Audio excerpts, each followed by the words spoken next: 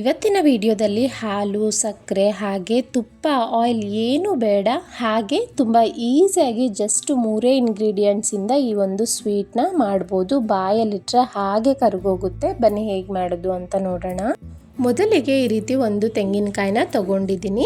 ಆ brown part ಏನಿದೆ ಅದೆಲ್ಲ ತೆಗೆದು ಈ ರೀತಿ ಕಟ್ ಮಾಡಿ ಇಟ್ಕೊಂಡಿದ್ದೀನಿ. ನಮಗೆ ಈಗ ಈ ತೆಂಗಿನಕಾಯಿಂದ ಹಾಲು ಬೇಕಾಗಿದೆ. ಸೊ ಅದಕ್ಕೆ ಈ ರೀತಿ ಸಿಪ್ಪೆ ತೆಗೆದು ಮಿಕ್ಸಿಗೆ ಹಾಕ್ಕೊಳ್ಳೋದ್ರಿಂದ ನಮ್ಗೆ ಹಾಲು ತುಂಬ ವೈಟಾಗಿ ತುಂಬ ಚೆನ್ನಾಗಿ ಬರುತ್ತೆ. ನೀವು ಬೇಕಾದರೆ ಆ ಬ್ರೌನ್ ಪಾರ್ಟ್ ಸಮೇತನೇ ರುಬ್ಕೊಳ್ಬೋದು. ನೋಡಿ, ತೆಂಗಿನಕಾಯಿನ ಮಿಕ್ಸಿ ಜಾರ್ಗೆ ಹಾಕೊಳ್ತಾ ಇದ್ದೀನಿ. ಒಂದ್ಸಲ ಈ ರೀತಿ ಗ್ರೈಂಡ್ ಮಾಡಿದ್ಮೇಲೆ ಬೇಕಾಗಿರೋ ಅಷ್ಟು ನೀರನ್ನ ಹಾಕ್ಕೊಂಡು ನುಣ್ಣಗೆ ಪೇಸ್ಟ್ ಥರ ಮಾಡ್ಕೋಬೇಕು.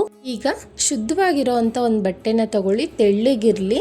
ಈ ರೀತಿ ಒಂದು ಪಾತ್ರೆ ಮೇಲೆ ಹಾಕ್ಕೊಂಡು ಆ ಹಾಲನ್ನು ಸಪ್ರೇಟ್ ಮಾಡ್ಕೊಳ್ತಾ ಇದ್ದೀನಿ. ನೋಡಿ, ಈ ರೀತಿಯಾಗಿ ನೀವು ಸ್ಟ್ರೈನರಲ್ಲಿ ಬೇಕಾದರೂ ಸಪ್ರೇಟ್ ಮಾಡ್ಕೋಬೋದು. ನಿಮಗೆ ತೆಂಗಿನಕಾಯಿ ಹಾಲು ಸುಮಾರು 3 ಕಪ್ ಆಗೋಷ್ಟು ಬೇಕಾಗುತ್ತೆ. ನೀವು ಬೇಕಾದರೆ ಇನ್ನೊಂದು ಸಲ ತೆಂಗಿನ ತುರಿ ಏನಿರುತ್ತೆ ಅದನ್ನು ಹಾಕಿ ನೀರು ಹಾಕ್ಕೊಂಡು ರುಬ್ಕೊಂಡು ಸೇಮ್ ಪ್ರೊಸೀಜರ್ ಫಾಲೋ ಮಾಡ್ಬೋದು. ಮತ್ತು ಅಳತೆಗೆ ಅಂತ ಒಂದು ಕಪ್ ಇಟ್ಕೊಳ್ಳಿ. 3 ಕಪ್ ಹಾಲು ಆದಮೇಲೆ ಅದೇ ಕಪ್ಪಿನ ಅಳತೆಯಲ್ಲಿ 1 ಕಪ್ ಆಗೋಷ್ಟು ಪೇಪರ್ ಅವಲಕ್ಕಿನ ತೊಗೊಂಡಿದ್ದೀನಿ. ನೀವು ಯಾವುದಾದ್ರೂ ತೊಗೋಬೋದು. ಮಿಕ್ಸಿಗೆ ಹಾಕ್ಕೊಂಡು ಪುಡಿ ಮಾಡ್ಕೊಳ್ಳಿ. ಈಗ ಕೊಕೊನಟ್ ಮಿಲ್ಕ್ ಇತ್ತಲ್ಲ, ಅದಕ್ಕೆ ಈ ಪುಡಿನ ಹಾಕಿ ಯಾವುದೇ ರೀತಿ ಗಂಟು ಇಲ್ಲದೆ ಇರೋ ಥರ ಒಂದು ಸಲ ಮಿಕ್ಸ್ ಮಾಡ್ಕೊಳ್ಳಿ.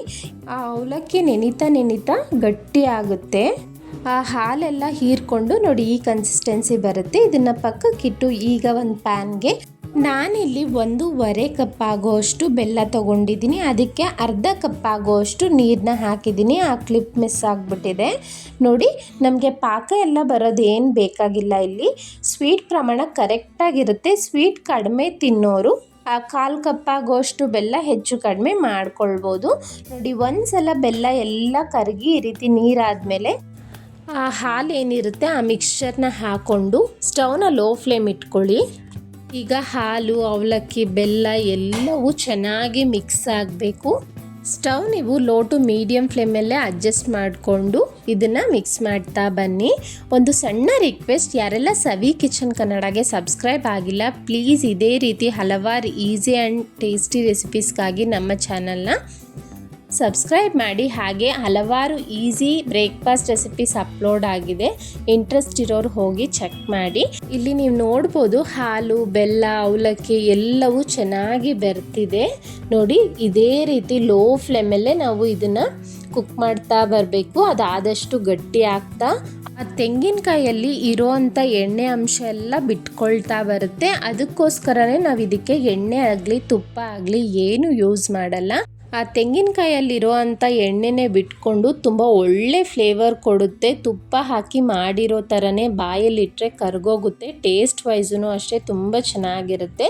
ಈ ಕನ್ಸಿಸ್ಟೆನ್ಸಿ ಬಂದಮೇಲೆ ನಾನಿಲ್ಲಿ 1 ಟೀ ಸ್ಪೂನ್ ಆಗೋಷ್ಟು ಏಲಕ್ಕಿ ಪುಡಿನ ಹಾಕ್ಕೊಂಡಿದ್ದೀನಿ, ಒಳ್ಳೆ ಫ್ಲೇವರ್ಗೋಸ್ಕರ.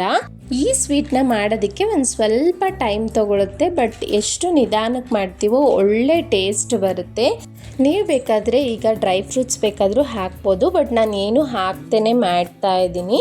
ನೋಡಿ, ಆ ಎಣ್ಣೆ ಎಲ್ಲ ಬಿಟ್ಕೊಂಡು ಪ್ಯಾನ್ ಬಿಡೋದಕ್ಕೆ ಶುರು ಆಗುತ್ತೆ.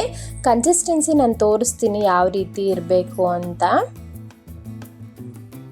ತೆಂಗಿನಕಾಯಲ್ಲಿ ಎಣ್ಣೆ ಅಂಶ ತುಂಬ ಇರೋದ್ರಿಂದ ನಾವು ಆಯಿಲ್ ಆಗಲಿ ತುಪ್ಪ ಆಗಲಿ ಏನು ಬಳಸೋ ಅವಶ್ಯಕತೆಯೇ ಇಲ್ಲ. ನೀವು ನೋಡ್ಬೋದು ಎಣ್ಣೆ ಎಲ್ಲ ಎಷ್ಟು ಚೆನ್ನಾಗಿ ಬಿಟ್ಕೊಂಡು ಎಷ್ಟು ಸಾಫ್ಟ್ ಆಗಿದೆ ಅಂತ. ಇನ್ನೊಂದು ಸ್ವಲ್ಪ ಬೇಯಬೇಕು ಅಷ್ಟೇ. ಇನ್ನೇನು ಪ್ಯಾನ್ ಬಿಡ್ತಾ ಇದೆ ಅಂದಾಗ ನಾವು ಸ್ಟವ್ನ ಆಫ್ ಮಾಡ್ಕೋಬೇಕಾಗುತ್ತೆ. ಕನ್ಸಿಸ್ಟೆನ್ಸಿ ಇನ್ನೊಂಚೂರು ಗಟ್ಟಿ ಬರಬೇಕು. ನಿಧಾನಕ್ಕೆ ಲೋ ಫ್ಲೇಮಲ್ಲೇ ಮಾಡ್ಕೊಳ್ತಾ ಇದ್ದೀನಿ. ನೋಡಿ, ಈ ಕನ್ಸಿಸ್ಟೆನ್ಸಿ ಬಂದ ತಕ್ಷಣ ನೀವು ಸ್ಟವ್ನ ಆಫ್ ಮಾಡ್ಕೊಳ್ಬೋದು. ಯಾವುದೇ ಎಣ್ಣೆ ತುಪ್ಪ ಎಲ್ಲ ಬಳಸದೆ ಮಾಡ್ತಿರೋದ್ರಿಂದ ಹೆಲ್ತ್ ವೈಸೂ ತುಂಬಾ ಒಳ್ಳೆಯದು. ಬಾಯಲ್ಲಿಟ್ಟರೆ ಹಾಗೆ ಕರಗೋಗುತ್ತೆ. ಹೀಗೆ ಬೇಕಾದರೂ ಸರ್ವ್ ಮಾಡ್ಬೋದು. ನಾನು ಸ್ವಲ್ಪ ಶೇಪ್ ಮಾಡೋಣ ಅಂತ ಈ ರೀತಿ ಕೇಕ್ ಟಿನ್ಗೆ ಹಾಕೊಳ್ತಾ ಇದ್ದೀನಿ. ನೀವು ಬೇಕಾದರೆ ಒಂದು ಪ್ಲೇಟ್ಗೂ ಸಹ ಹಾಕ್ಕೊಳ್ಬೋದು. ಯಾವುದೇ ರೀತಿ ಎಣ್ಣೆ ತುಪ್ಪನೂ ಹಚ್ಚಿಲ್ಲ, ಅದರಲ್ಲೇ ಅಷ್ಟು ಎಣ್ಣೆ ಅಂಶ ಇರುತ್ತೆ. ಈ ರೀತಿ 1 ಅವರ್ ಬಿಟ್ಮೇಲೆ ಸೆಟ್ ಆದಮೇಲೆ ನಾನು ಕಟ್ ಮಾಡಿದ್ದೀನಿ. ನೋಡ್ಬೋದು ಎಷ್ಟು ಚೆನ್ನಾಗಿ ಬಂದಿದೆ ಅಂತ. ಈ ವಿಡಿಯೋ ಇಷ್ಟ ಆಗಿದ್ರೆ ಪ್ಲೀಸ್ ಲೈಕ್ ಮಾಡಿ, ನಿಮ್ಮ ಫ್ಯಾಮಿಲಿ ಫ್ರೆಂಡ್ಸ್ಗೆ ಶೇರ್ ಮಾಡಿ.